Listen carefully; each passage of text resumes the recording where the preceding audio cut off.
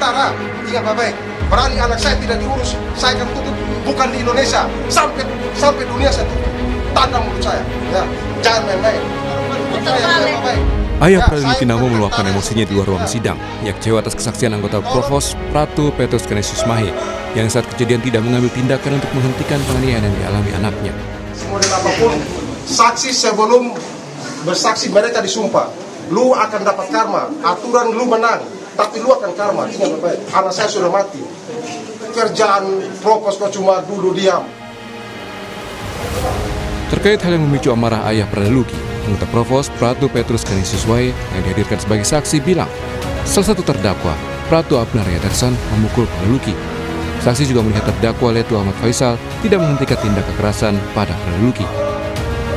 Saksi Pratu Petrus juga mengungkap Pradeluki sempat berkali-kali minta ampun namun seniornya tidak menghentikan tindak kekerasan.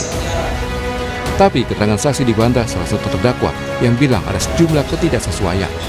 Pratu Abner tadi mencambuk pakai selang. Siap. Ada terdakwa. Melarang nggak terdakwa? Siap, izin tidak? Tidak, diam saja. Siap. Kalau menurut saksi, seorang Letnan 1 dengan jabatan Danki Siap. memerintahkan Pratu untuk berbuat itu bisa nggak mencegah? Siap, izin kalau diperintahkan bisa? Bisa kan? Siap. Kami itu memerintahkan untuk para provos itu bukan hanya untuk mengantar, tetapi melainkan untuk menjaga almarhum di ruangan staf Intel. Maksudnya yang gimana? Itu keterangan terdakwa sendiri, karena saksi nggak ada bilang gitu tadi. Siap, tadi menyampaikan hanya mengantar. Dan pada saat itu juga Basi Intel itu memerintahkan untuk kembali. Kan pada saat itu yang juga, mengantarnya dibenarkan. Yang mengantarnya kami dibenarkan. menyampaikan itu menjaga, bukan mengantar. Kalau Menjaga. mengantar itu kan posisinya provos itu kembali, tapi kami menyampaikan untuk menjaga. Menanggapi sidang kematian Pradeluki, peneliti senior imparsial Al-Araf bilang kasus ini harus menjadi momen perbaikan pembinaan agar prajurit lain tidak mengalami hal yang sama seperti korban. Karena sesungguhnya peristiwa ini bukan peristiwa yang pertama. Sebelumnya ada kasus-kasus serupa yang terjadi dalam tubuh TNI yang mengakibatkan kematian prajurit. Sehingga pengungkapan kasus kematian Pradeluki ini untuk meraih keadilan bukan hanya untuk kepentingan Pradeluki dan keluarganya, tapi juga untuk memastikan para prajurit lain tidak mengalami hal yang sama dialami oleh Pradeluki. Karena itu, upaya memastikan keadilan dengan hukuman yang maksimal itu sesuatu yang harus dilakukan agar ada efek jera terhadap para prajurit yang jika ingin melakukan tindakan seperti ini lagi tidak mengulangi. Imparsial juga mendorong bagaimana penerapan hukuman pada pelaku bisa membuat efek jera. Tim Liputan Kompas TV.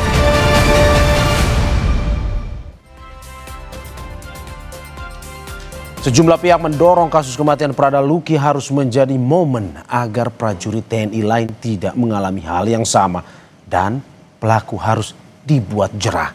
Bagaimana bentuk pembenahan pembinaan terhadap prajurit? Kita ulas bersama Ketua Umum Yayasan Lembaga Bantuan Hukum Indonesia, Muhammad Isnur. Selamat pagi waktu Indonesia, Mas Isnur. Selamat pagi, Mas Mario. Lagi di Brasil, Selamat Mas. pagi. Terima kasih. Terima kasih sudah bergabung di Dialog Sapa Indonesia Pagi. Dan Kepala Badan Intelijen Strategis TNI periode 2011-2013, Laksda Purnawirawan Soleman Ponto. Pak Soleman Ponto, selamat pagi. Ya, selamat pagi. Terima kasih Pak Ponto sudah bergabung juga di Dialog Sapa Indonesia Pagi pada hari ini. Saya duluan ke Mas Isnur. Mas Isnur, bagaimana Anda melihat dakwaan 9 tahun jauh berbeda dari keinginan keluarga yang dianggap memenuhi keadilan yang dimaui oleh keluarga bahwa seharusnya seumur hidup sebenarnya? Iya, tentu bagi korban dan keluarga mengharapkan yang maksimal tuntutannya. Karena disitulah rasa keadilan itu muncul dan akan memperlihatkan di mana keseriusan pengadilan dan semua sistemnya ya, termasuk auditor dan kejaksa itu melakukan penuntutan gitu. Jadi saya melihat memang di sini nampak menjadi keanehan ya, kenapa hukuman tidak maksimal gitu. Ini kan menjadi sinyal, menjadi simbol kenapa nanti ketika ada peristiwa yang lain bisa jadi hukumannya lebih ringan. Dan bukan hanya kali ini saja ancaman atau hukuman itu ringan. Ada di perkara lain yang misalnya di kasus yang di Medan juga sama. yang korbannya sipil juga dituntut secara ringan ya. Jadi ini simbol yang tidak baik dari ruang pengadilan, tidak memberikan yang maksimal dalam menuntut orang. Oke, menurut Anda ini juga tidak memberikan efek jera untuk menghentikan kejadian serupa terulang dengan dakwaan yang hanya 9 tahun ini? Iya, sebagai sebuah ruang sidang pengadilan ini sinyal yang kurang baik ya. Tapi juga untuk perbaikan pembinaan harusnya bukan hanya hukumannya maksimal, tapi juga perbaikan semua hal. Jadi kita mengharapkan tentara TNI yang tidak lagi ada seperti ini di internal tubuhnya ya. Bagaimana mulai dari pelatihan, pendidikan, pembinaan ini dievaluasi secara maksimal. Jadi nggak cukup hanya dengan persidangannya saja, tapi juga harus ada evaluasi secara maksimal oleh Panglima TNI dan Kepala Staf Angkatan Darat ya dan seluruh jajarannya untuk perbaiki seluruh instrumen pendidikan dan pembinaan. Oke, hukuman maksimal seperti apa yang menurut Anda bisa memberikan keadilan bagi keluarga juga diterapkan atau ya memitigasi adanya kejadian serupa bisa terulang ini, Mas? Ya, kita bisa melihat pasalnya. Kalau pasalnya misalnya berapa maksimal seumur hidup, maka harusnya maksimal di sana penggunaannya. Agar apa? Agar nanti hakim juga memberikan hukuman yang maksimal kepada para pelaku ini gitu. Apalagi misalnya gini, di tengah kampanye yang gencar ya dari Panglima TNI atau pihak-pihak di atas yang mengkampanyekan tentang prinsip hak asasi manusia, ini malah ada anggota yang melanggar gitu. Jadi ini justru bertentangan dengan prinsip atau semangat yang dibawa oleh pimpinan-pimpinan di TNI itu sendiri. Gitu. Oke, saya ke Pak Ponto. Pak Ponto, berbeda dengan proses hukumnya, kita berbicara terkait dengan banyak kritik terkait ini pembinaannya seperti apa di tubuh TNI. Kenapa pada akhirnya bisa menyebabkan ada dugaan penganiayaan menyebabkan kematian Prada Luki ini? Sebentar, saya itu tidak sependapat dengan kata penganiayaan. Jangan pakai penganiayaan. Itu pembinaan.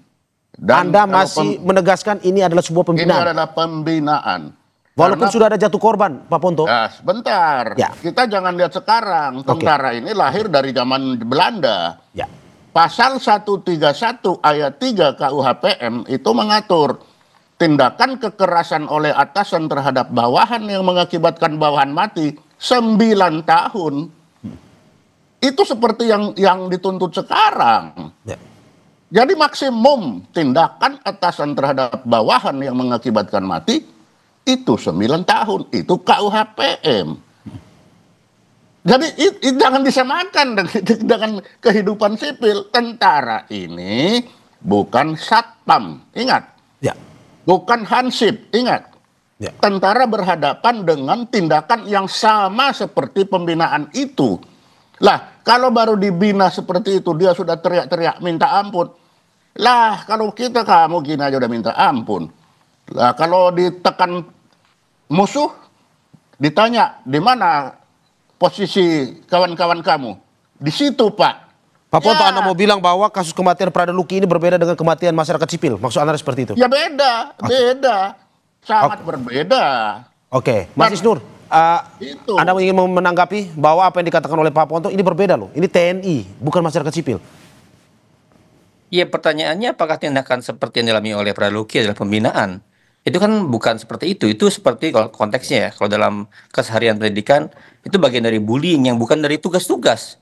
Jadi dilakukan di luar tugas keseharian dari atasan dan bawahan gitu. Senior ke bawah ini bukan seperti itu. Ini institusi di mana tindakannya tindakan personal. Dan kepada korbannya di ruang-ruang yang menurut saya bukan bagian pembinaan. Kalau ini pembinaan, itu tindakan melebihi batas sampai ada peristiwa dia dikasih alat kelaminnya dikasih ini, dikasih itu, dikasih tindakan-tindakan yang senonoh. Itu bukan pembinaan. Bagi saya berbahaya kalau ketika menyebut itu pembinaan ya. Oke, Anda mau bilang bahwa ini pembinaan. Mas Isnur, Anda mau bilang bahwa ini bukan pembinaan tetapi sudah masuk ke bullying ya? Dia bullying yang terjadi dan kemudian terjadi secara keji ya, kejam di ruang-ruang tertutup seperti itu gitu ya. Kalau pembinaan dimaksud struktur yang dia resmi, itu berbahaya ditafsir seperti itu. Oke, Pak Ponto, ini bukan pembinaan sebenarnya kalau sampai menyebabkan kematian. Ya itulah kalau orang tidak pernah masuk tentara ya nggak akan pernah tahu. Saya kan 30 tahun di tentara, tahu bagaimana anak buah. Saya pernah tahu begitu masuk seperti apa kita dilakukan juga sama. Itulah sebabnya Ketika masuk tentara itu yang pertama, fisik harus benar, mental harus benar. Setelah jadi tentara juga perbuatan harus benar. Kalau tidak benar, ya begini nih. Pertama yang dilakukan adalah pembinaan. Nah, pembinaan itu biasanya dilakukan oleh banyak orang, bukan hanya satu. Itu. Jadi memang kalau dilihat dari kacamata orang sipil, ya pembulian kayak Pak Mas Isnur itu wajar kalau orang melihat. Tapi hal ini sudah terjadi, bukan sudah terjadi, itu sudah dari dulu. Makanya pasal 131 itu kan melindungi atasan. Atasan yang berbuat sampai membuat orang anak buahnya mati, itu 9 tahun. Itu sudah ada aturannya. Jadi dari dulu sudah tahu pembinaan itu dapat mengakibatkan orang mati. Tetapi yang perlu dicatat, tidak ada atasan merancang pembunuhan untuk membuat anak buah mati. Itu.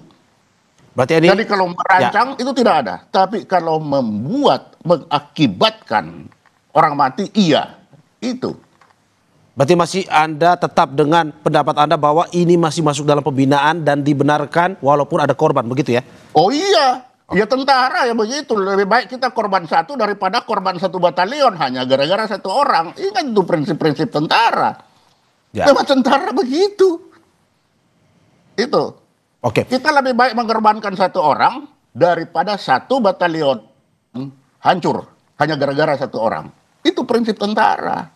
Oke, Mas Isnur, bagaimana Anda melihat ini? Apakah memang sebenarnya ini tidak mencederai hak asasi manusia sebenarnya, walaupun tergabung dalam TNI atau pasukan? Ya, kita melihat justru semangat melanggar hukum itu yang sangat tinggi dilakukan oleh para senior-senior ini gitu. Dan tindakan yang sangat kemudian bertentangan dengan hukum tentara itu sendiri. Kalau Pak Ponto bilang itu adalah melawan kebenaran, ini adalah tindakan yang melawan kebenaran. Bagaimana mungkin tindakan penyiksaan ya secara keji brutal dilakukan itu dianggap pembinaan? Ini bukan latihan yang resmi, ini bukan kemudian standar pelatihannya TNI. Standar pelatihannya sudah banyak pelatihan juga gitu. Ini bukan dalam rangka pembinaan seperti yang diarahkan menuju Sabta Marga atau Sumpah Prajurit, bukan. Ini bagian dari ketidaksukaan, kebencian yang berlebihan gitu. Dan bagi saya itu tidak dibolehkan dalam apa namanya prinsip di tentara manapun gitu. Kalau emang dulu itu adalah sebuah kesalahan, maka jangan diteruskan, jangan diulangi gitu. Kalau ini dianggap sebagai pembinaan, ini berbahaya sekali. Berapa banyak nyawa atau jiwa aparat ya, jiwa anggota yang bisa jadi gara-gara tidak disukai, dibully dan melakukan apa namanya disiksa habis-habisan, meninggal di mana-mana gitu. Bukan karena dalam pelaksanaan tugas. Ini bisa menjadi sebuah pengalaman yang negatif ke depan menurut Anda ya, kalau misalkan ini bisa dimaklumkan atau dilumrahkan ya sebagai perintah atasan walaupun ada yang meninggal. Iya, dan betul. Dan kemudian juga tradisi ini tradisi yang kemudian terjadi menyebar secara apa namanya kejadian banyak korbannya yang lain juga. Dalam hal misalnya kejadian Fahlevi dan lain-lain di kejadian di Serdang dan anak SMP. Jadi merembet keluar juga. Karena bersifat misalnya cenderung kekerasan, itu yang kita bilang menjadi berbahaya. Terima kasih. Oke, Pak Ponto, ini menarik juga saudari Mas Isnur bahwa kalau misalkan ini dalam tanda kutip dibenarkan, ini menjadi presiden yang buruk juga bagi ke depan. Ada hal-hal yang bisa diambil alasan bahwa ini perintah atasan walaupun jatuh korban meninggal juga sebenarnya, Pak. Nah makanya kan saya bilang tadi aturan di kita itu KUHPM itu lahir tahun berapa itu, dan itu kan dunia itu KUHPM itu. Itu ada perlindungan terhadap atasan yang dalam perbuatannya mengakibatkan anak buah mati. Kan itu ada. Ya kalau tentara kita tidak keras Pak, wah saya sebagai atasan harus yakin anak buah saya itu kalau ditekan tidak mengaku. Nah setiap atasan punya standar bagaimana dia mengaku. Tapi ingat dia tidak akan sampai membunuh, itu aja. Oke, tapi menurut Anda, kalau itu dilihat dari begini Pak, jadi jangan kita melihat dari kacamata lain. Ini kacamata tentara. Hidup saya tergantung juga anak buah saya. Anak buah itu tergantung kita. Kita itu saling menyatu. Itu saling menyatu. Tidak ada seorang atasan itu merancang pembunuhan, itu tidak ada. Dan pembinaan itu tidak selalu untuk latihan. Itu mental. Mental itu tidak ada aturannya yang tepat seperti apa. Itu masing-masing atasan punya pengalaman, punya sendiri. Dia sendiri merasakan dulu seperti apa. Saya juga merasakan seperti apa. Sehingga ketika saya membina bawahan saya juga seperti apa. Itu sudah ada. Lah kalau tiba-tiba dia terjadi seperti ini, ya kita sudah ada aturannya. Karena kejadian ini kan bisa saja fisiknya memang lemah barangkali. Kan bisa aja. Ya. Tapi kita menyalahkan pembinaan itu bagi saya tidak akan saya menyalahkan. Kalau kita menyalahkan, ini turun derajatnya, hancurlah Pak kita punya tentara ini. Gimana? Ya, lantas bagaimana dengan ini ke depan nih Pak? Masih banyak juga seperti keluarga Pradana yang meminta keadilan juga. Mereka merasa bahwa apa yang mereka dengar, apa yang mereka ini, ya ini bukan bagian dari perintah, tapi ini bagian dari penganiayaan. Ini kalau kata keluarga, menurut Anda seperti apa? Nah itulah yang saya bilang, kalau orang luar bilang itu penganiayaan, tetapi di dalam itu pembinaan. Dan kalau minta itu oke, meninggal ya kita turut berduka. Itu sudah ada aturannya. Ya. Yaitu pasal 131 ayat 3. Ya. Ya itu kan yang dipakai. Ya. Ya memang benar itu yang dipakai. Ya. Situasinya begitu. Karena itu tadi jangan menganggap ini perencanaan. Karena tidak mungkin ada atasan yang membuat perencanaan pembunuhan. Ini di dalam barak banyak orang. Itu loh. Memang kacamata sipil dan militer tidak akan pernah sama. Itulah sebabnya juga pengadilannya kita sendiri. Kita punya aturan sendiri, kita punya tradisi sendiri, kita punya sendiri. Tidak bisa dicampur dengan lain-lain. Gitu. Pak Ponto, tapi yang saya tangkap dari diskusi kita adalah bagaimana semangat kita untuk pada akhirnya pembinaan boleh dilakukan tapi tidak jatuh korban meninggal dunia. Menurut Anda, tadi kan Anda bilang ada aturannya. Apakah perlu ke depan revisi aturannya atau sebenarnya pembinaannya lebih sederhana atau gimana? Oh ya tidaklah, kalau bagi saya yang sekarang sudah bagus. Karena itulah kita bisa bertahan tentara ini baik dengan baik. Karena aturannya sudah bagus. Aturan sudah bilang, kalau pembinaan kamu mengakibatkan orang mati, kamu 9 tahun ya. Iya. Masa kita rubah aturannya hanya untuk beberapa orang? Ya nggak bisa lah. Itu prinsip. Satu hilang lebih baik daripada 1 batalion hilang. Ya. Yang belum pernah bertempur nggak pernah merasakan memang. Menurut Anda saat ini aturannya tidak ada yang salah, pembinaannya pun tidak ada yang salah ya? Salah. Ya. Saya ke Mas Isnur. Mas Isnur, semangatnya untuk tidak ada korban, tapi kata Pak Ponto tidak ada yang salah sebenarnya. Baik itu dari aturan, baik itu dari cara pembinaan. Ya kalau kemudian pembinaan jadi alasan ya untuk melakukan kekerasan, itu sangat berbahaya. Bisa jadi gini, dengan alasan tidak sukaan, dengan alasan yang tidak jelas, lalu orang disiksa, lalu orang bisa mati kapanpun ya, dengan alasan dia senior. Itu justru melanggar hukum dan hak asasi manusia. Dalam konteks ya, kita bisa melihat bagaimana reformasi dilakukan. Undang-Undang TNI 2004 itu sangat jelas garis-garisnya yang baru gitu. Jangan sampai kemudian dengan alasan pembinaan, bisa alasan jadi membunuh orang kapanpun gitu. Kalau ini terjadi, standar pembinaan mengakibatkan prajurit mati di mana berada, itu menjadi sangat berbahaya ya. Dan saya melihat banyak sekali statement juga yang lain dari para alumni atau kemudian para purnawirawan, itu berespon yang baik juga gitu. Dalam artian ya harusnya dihukum maksimal, dihukum seberat-beratnya gitu. Dan harus direview. Jangan sampai jadi alasan pembenar dengan pembinaan membunuh orang gitu. Demikian Mas Mario. Pak Ponto bagaimana? Apakah ini mungkin saja bisa jadi alasan untuk melakukan hal hingga menghilangkan nyawa orang? Bisa saja terjadi Pak. Loh Pak, tentara itu hilang nyawa kan di pertempuran, disiapkan untuk hilang nyawa di pertempuran.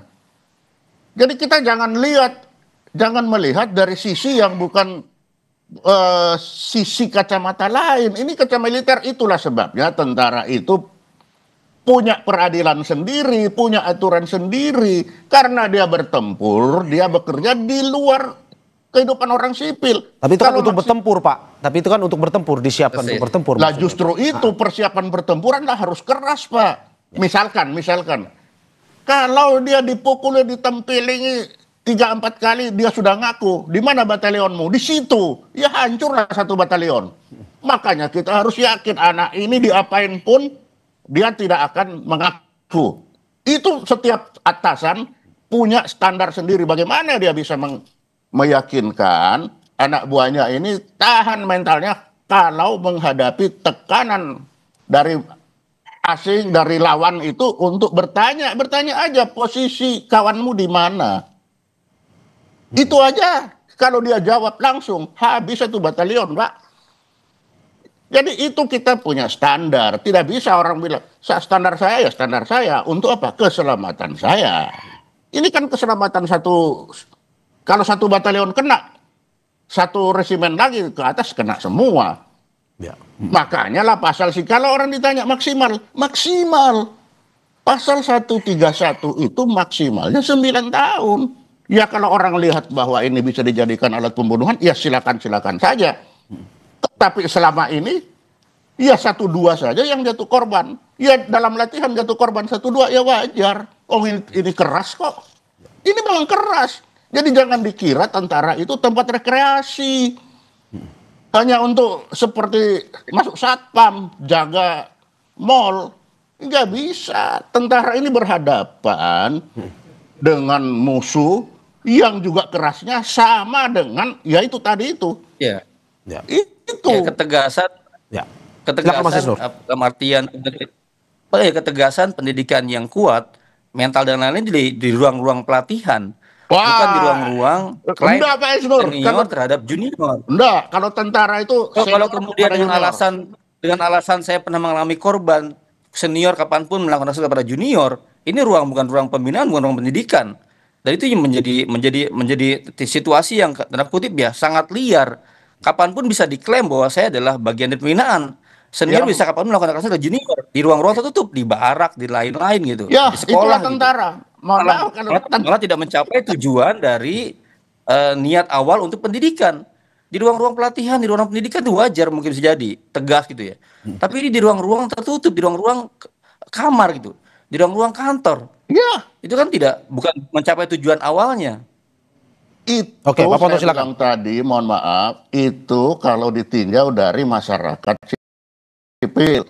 Tapi kalau dari masyarakat militer, ya itulah jalannya. Pembinaan kita tidak hanya di ruang kelas, sampai ruang tidur pun itu pembinaan. Kamu masuk ruangan itu jam sekian, kalau naik ke tempat tidur kaki duluan di atas ya, jangan kepala dulu. Itu bagian pembinaan bagi kita. Dan itu sudah kita laksanakan untuk mencapai standar yang kita tahu sendiri. Karena pembinaan itu tidak hanya di ruang kelas. Pak Ponto, tapi kan sebenarnya ayah dari Prada Luki ini kan juga seorang TNI. Tapi apa yang Pak Ponto sampaikan dijawab oleh ayahnya ini dengan menginginkan hukuman seberat-beratnya. Dia tidak melihat ini sebagai sebuah pembinaan, tapi penganiayaan untuk anaknya. Menurut Anda seperti apa? Ya itulah yang saya bilang tadi, Pak. Ini kan dilakukan di ruang, di dalam, bukan di tengah hutan sana, Pak. Ya. Kalau itu di tengah hutan, bolehlah itu penganiayaan. Ini ada di barak, ada di ruangan, ada atasannya, ada kawannya. Tidak tertutup. Ya.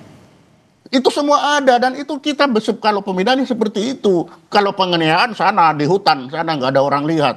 Ini kan ada atasannya, ada bawahannya, ada semuanya. Ya itu. Lah kalau memang dia tidak mengambil tindakan mengakibatkan orang mati, ya sudah pasal 131 itu maksimalnya. Gitu loh. Berarti jadi Anda mau bilang bahwa harusnya ayah Luki yang seorang TNI harus mengerti sebenarnya. Ya mengertilah. Ya. Bahwa itulah. Ya saya bilang tadi, kalau penganiayaan, Mas Isnur tadi, pekerjaan yang sama dilakukan di tengah hutan. Itu sengaja dikumpul untuk dihabisin di sana. Tapi ini ada di dalam ruangan, ada di barak, ada orangnya semua lengkap struktur itu. Ada dan kinya malah ada di situ. Itu kan. Jadi kalau memang itu kelalaian dia, ya sudah dihukum. Apa? Ya 131 ayat 3. Itu maksimal. Gitu. Oke, saya ke Mas Isnur. Mas Isnur, bagaimana Anda melihat bahwa ya apa yang dilakukan ini masih dalam sebuah pendidikan, ranah TNI, bukan sesuatu yang disengaja seperti yang Pak Ponto bilang, kecuali dibawa ke hutan terus dilakukan pembantaian. Tapi ini masih dalam bentuk pembinaan. Anda masih melihat itu sebagai sebuah yang masih dilumrahkan? Ya, kalau saya melihat ya banyak pola pendidikan dan standar baru yang di TNI itu yang diperbaiki sebenarnya. Ya. Masa lalu mungkin zaman seperti Pak Ponto tadi ceritanya. Tapi sekarang sudah banyak pedoman pendidikan yang diadopsi dan itu tanda kutip melindungi anggota dari modus-modus penyiksaan yang berbalut pembinaan gitu. Jadi saya sih melihat semangat Pak Ponto semangat yang mungkin ya dulu masih terjadi gitu. Tapi kan banyak upaya reformasi dilakukan di dalam ya. Nah kalau sekarang ini masih terjadi, berarti saya melihat ada perbedaan antara standar pedoman kemudian dengan apa yang terjadi di lapangan ya. Dan statement dari baik itu anggota DPR ya, para purnawirawan atau kemudian para pimpinan yang ada itu tidak mencerminkan hal yang seperti disampaikan Pak Ponto tadi gitu. Justru semangat reformasi, semangat mengurangi brutalitas seperti ini gitu. Dan kalau kita mendengarkan ya fakta-fakta persidangannya itu di luar nalar gitu. Pembinaan yang sangat keji seperti itu gitu. Dipertontonkan di teman-teman seniornya gitu. Seperti itu. Dan itu praktik yang kemudian menular yang terjadi banyak terus-menerus karena replikasi ya. Senior ke junior gitu. Sehingga banyak korban di kalangan junior ini gitu. Nah, ini berbahaya kalau diteruskan ya. Jadi circle yang terus-menerus dengan alasan pernah mengalami akhirnya melakukan serupa gitu. Bukan dalam konteks dia pembinaan pendidikan resmi standar di pendidikan. Demikian Mas Mario. Ya, oke Pak Ponto, bahwa ada sesuatu yang sudah berubah sebenarnya. Zaman semakin kembali, ya sudah reformasi kita mengalami. Mungkin di zamannya Pak Ponto, hal tersebut adalah sesuatu yang bagian dari pembinaan lebih mendalam. Tapi di saat reformasi ini, mungkin ada perubahan-perubahan mengingat perhatian terhadap hak asasi manusia juga semakin besar. Menurut Anda, apakah ke depan, ya kita lihat, mungkin untuk tidak jatuh korban lagi sepertinya. Apa saran Anda sebenarnya? Tentara itu zaman bisa berubah, tentara tidak pernah berubah, Pak. Prinsip tentara kill or to be killed itu tidak pernah berubah. Jadi kita harus mempersiapkan diri supaya kita tidak kill or to be killed. Itu jangan sampai hanya orang-orang yang berubah sekarang itu pandangan orang terhadap tentara. Dikira tentara itu sama dengan masuk satpam. Sehingga mau masuk ini pakai KTP leceh, pakai segala macam supaya bisa masuk tentara. Dikira di dalam itu enak. Nah ternyata terjadi begini lalu tentara disalahkan. Oh ya nggak bisa. Tentara memang tidak enak. Zaman boleh berubah, semua boleh berubah, tapi prinsip kill or to be killed tidak pernah berubah. Oke. Terima kasih. Dua narasumber saya yang hari ini begitu semangat dalam memberikan pernyataan dan kita harapkan apa yang terbaik bagi keluarga Prada Luki Namo ini. Terima kasih Ketua Umum Yayasan Lembaga Bantuan Hukum Indonesia Muhammad Isnur dan juga Kepala Badan Intelijen Strategis TNI periode 2011-2013 Laksda Purnawirawan Soleman Ponto. Terima kasih Bapak-bapak. Sehat-sehat selalu.